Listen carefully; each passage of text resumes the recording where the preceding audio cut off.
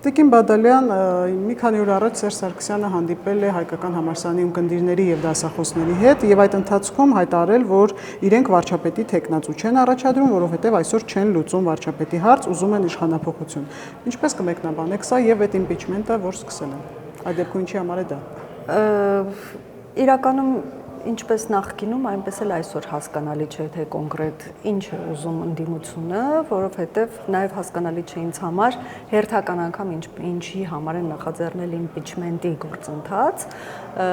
որովհետև ընտրություններին մնացել է հերթական ընտրություններին ընդամենը 1 տարի ժամանակ, եւ այս 1 տարին թե ընդդիմությունը, թե իշխանությունը, քաղաքական բոլոր ուժերն ու միավորները պիտի օգտագործեն առողջ կառուցողական քննադատությունների համար, ժողովրդին բացատրելու համար, թե ինչն է, որ իշխանությունը անում է այս կերպ, բայց պետք է անել այլ կերպ, որպեսզի ստանալ այլ արդյունքներ։ Եվ սա այդ ժամանակն է, ու ընդամենը 1 տարվա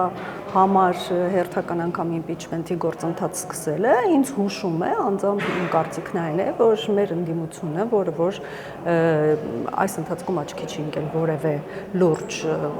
խորհրդարանական ընդդիմությունը խորհրդարանական գործունեությամբ, օրենսդրական նախաձեռնություններով, քաղաքական խոսքով եւ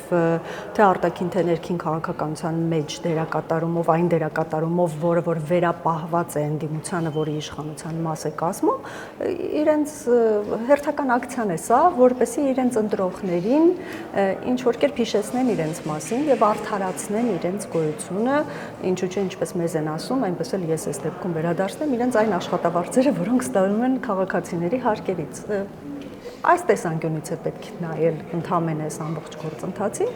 եւ նաեւ ինձ համար հասկանալի չէ ինչպես կարելի է սկսել իմպիչմենտի գործընթաց եւ միևնույն ժամանակ չունենալ վարչապետի թեկնածու, գոնե մտքում չունենալ կամ չառաջարկել։ Հետեւաբար իրենք իրենց ընտրողին ինչ են ասում։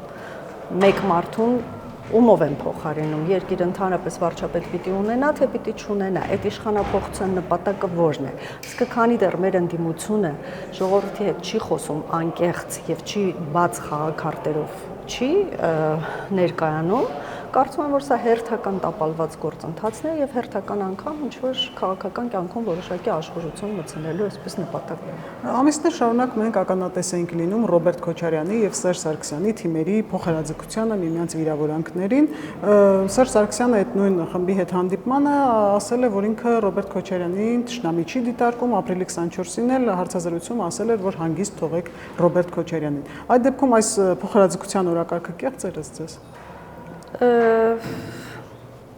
Ընդհանրապես Հայաստանի Հանրապետությունում, Հայաստանի Հանրապետության որևէ քաղաքացի, մեկ այլ քաղաքացու իրավունք չունի որպես թշնամի դիտարկելու։ Այն էլ այն դեպքում, երբ Հայաստանի Հանրապետությունը պատմականորեն գտնվում է այնպիսի տարածաշրջանում եւ այնպիսի քաղաքական պայմաններում, որ ցավոք սրտի թշնամիների պակաս երբեք չի ունեցել ու չի ունենալու։ Եվ եթե Հայաստանի Հանրապետության ներսում հայ մարդիկ կամ Հայաստանի Հանրապետության քաղաքացիները սկսեն իրար դիտարկել որպես թշնամի, սա որևէ լավ տեղ մեզ չի տանելու եւ ես կարծում եմ, որ ժամանակն է, որպեսզի մենք սա գիտակցենք եւ բոլորը սկսենք իրար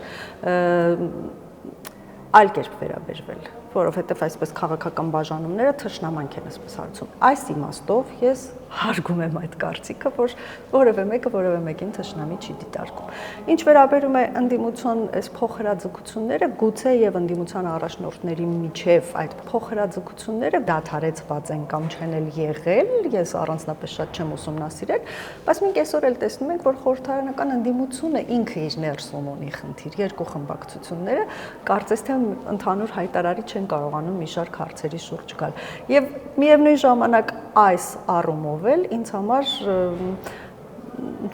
տարօրինակ է, այսպես ասեմ, մեղմ ասած իմպիչմենտի գործընթացը եւ ուզում եմ հասկանալ նաեւ ում վրա են այդ հույսը դրել քաղաքացիական պայմանագիր խմբակցության անդամների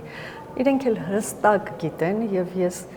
կարծում եմ, որ իրենք էլ վստահ են, որ քաղաքացիական պայմանագիր խմբակցությունում գեթ մեկ մարդ նույնիսկ կասկած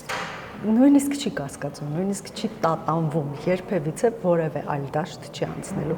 Հետևաբար հերթական շոու ունեք, սա քաղաքական, որը որ ցավոք սրտի, բայց դեռ սպառող ունի Հայաստանի Հանրապետությունը։ Կարծեք թե ընդդիմադիր գործիչների շրջանում ավանդույթ է դարձել այդ հայկական համալսարանի ունկնդիրների դասախոսների արչև ելույթ ունենալ, մի որոշակի ժամանակ առաջ Ռոբերտ Քոչարյանն էր այդ նույն խմբի հետ հանդիպել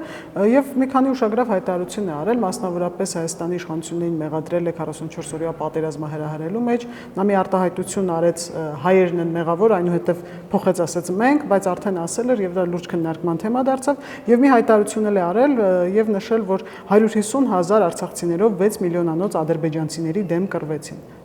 Առաջին պատերազմը նկատի ունի, ես կխնդրեմ նաև սա մեկնաբանեք։ Սա կարծում եմ, որ ընդհանրապես պետք է չմեկնաբանել, որևէ տարբերակով պետք է մոռացության տալ, որովհետև անթույլատրելի է առավել եւս երբ քաղաքական դաշտում եւ Հայաստանի Հանրապետության քաղաքական կյանքում դրական թե բացասական իմաստով ես չեմ ասում, բայց այնուամենայնիվ լուրջ ֆիգուր հանդիսացող մարդը կարող է Հայաստանի Հանրապետությանը թեկուզ սխալմամբ մեղադրել պատերազմ հրահրելու մեջ եւ չգիտակցել դրա հետևանքներից, եթե դա գիտակցելով է արվել, ապա սա արդեն նմանվում է դավաճանության, հա, եւ կարծում եմ, որ սա պիտի անպայման իր քաղաքական եւ ոչ միայն քաղաքական, նաեւ իրավական պատասխանը ստանա երևույթը եւ կարծում եմ, որ Հայաստանի Հանրապետության քաղաքացին էլ պիտի ի վերջո հասկանա, որ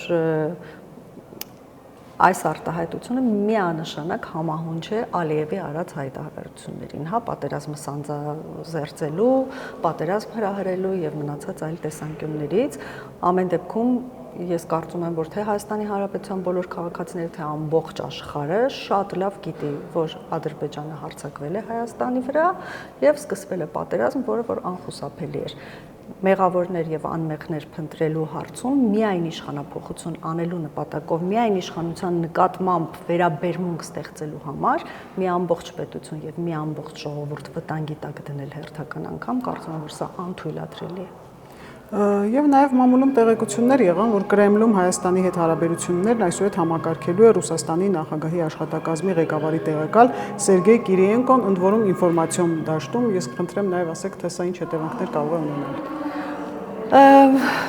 Չեմ ուզում կանխատեսել որևէ այսպես ելք կամ հետևանքներ, որովհետև Հայաստանը տևական ժամանակ է հիբրիդային պատերազմի մեջ է։ Ինչ առումներով մենք սկսում ենք սովորել գոյատևել հիբրիդային պատերազմի, հա, ընթացքում կամ գտնվել այդ պատերազմի մեջ, ժամանակ առ ժամանակ տուժել իհարկե, բայց նաև ժամանակի ընթացքում փորձում ենք այսպես ինչ որ կերպ վերահսկողության տակ պահել, կարծում եմ, որ իրավիճակը ժամանակ առ ժամանակ անկախ գործիչներից միևնույն է թեժանում է, միևնույն է մի փոքր հանդարտվում է եւ կարծում եմ, որ էական փոփոխություն չի լինելու։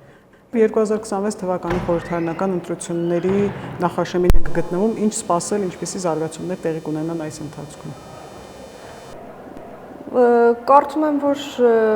մենք անպայման ունենալու ենք հերթական խորհրդարանական ընտրությունները, որոնք քաղաքական իմաստով կլինեն շատ ավելի բարձր մակարդակի վրա։ Ես մի բանում եմ վստահ, որ քանի որ ընտրությունները կազմակերպվում են դեռևս մեր իշխանության օրոք, ապա ես կարող եմ հստակ վստահություն հայտնել, որ հերթական անգամ այդ ընտրությունները լինելու են ազատ, արդար եւ թափանցիկ, ինչը մեզ համար սկզբունքային եւ անկյունաքարային հարց է, եւ հենց այդ ընտրություններով էլ անկախ նրանից ինչպիսի ելք կլինի, հերթական անգամ ամրագրվելու է ժողովրդավարությունը Հայաստանի Հանրապետությունում եւ կարծում եմ, որ դա դառնալու է անշրջելի։ Եվ հաշվի առնելով որոշ ընդդիմադիր ակտիվիստների, Բագրատ Գալստանյանի աջակիցների խուլիգանական պահվածքը падգամավորի մոտ, նաև Նոր-Նորքի թաղապետարանում այդ ակտիվիստի պահվածքը, ինչ սպասել այս ամենից։ Սպասել այն, ինչ որ միշտ պարբերաբար մեզ հետ տեղի է ունենում, անընդհատ թիրախավորումներ, ատելության խոսք, ատելության մթնոլորտ, այդ ամենը պետք է սպասել, բայց նաև պետք է իհարկե հավատալ Հայաստանի Հանրապետության քաղաքացիների եւ հայ ժողովրդի ողջախոհությանը, ողջամտությանը, ինչպես նաեւ քաղաքացիական պայմանագիր կուսակցության,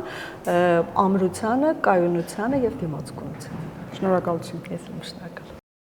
Չմոռանաք հավանել տեսանյութը եւ բաժանորդագրվել Civic AM-ի YouTube-յան էջին։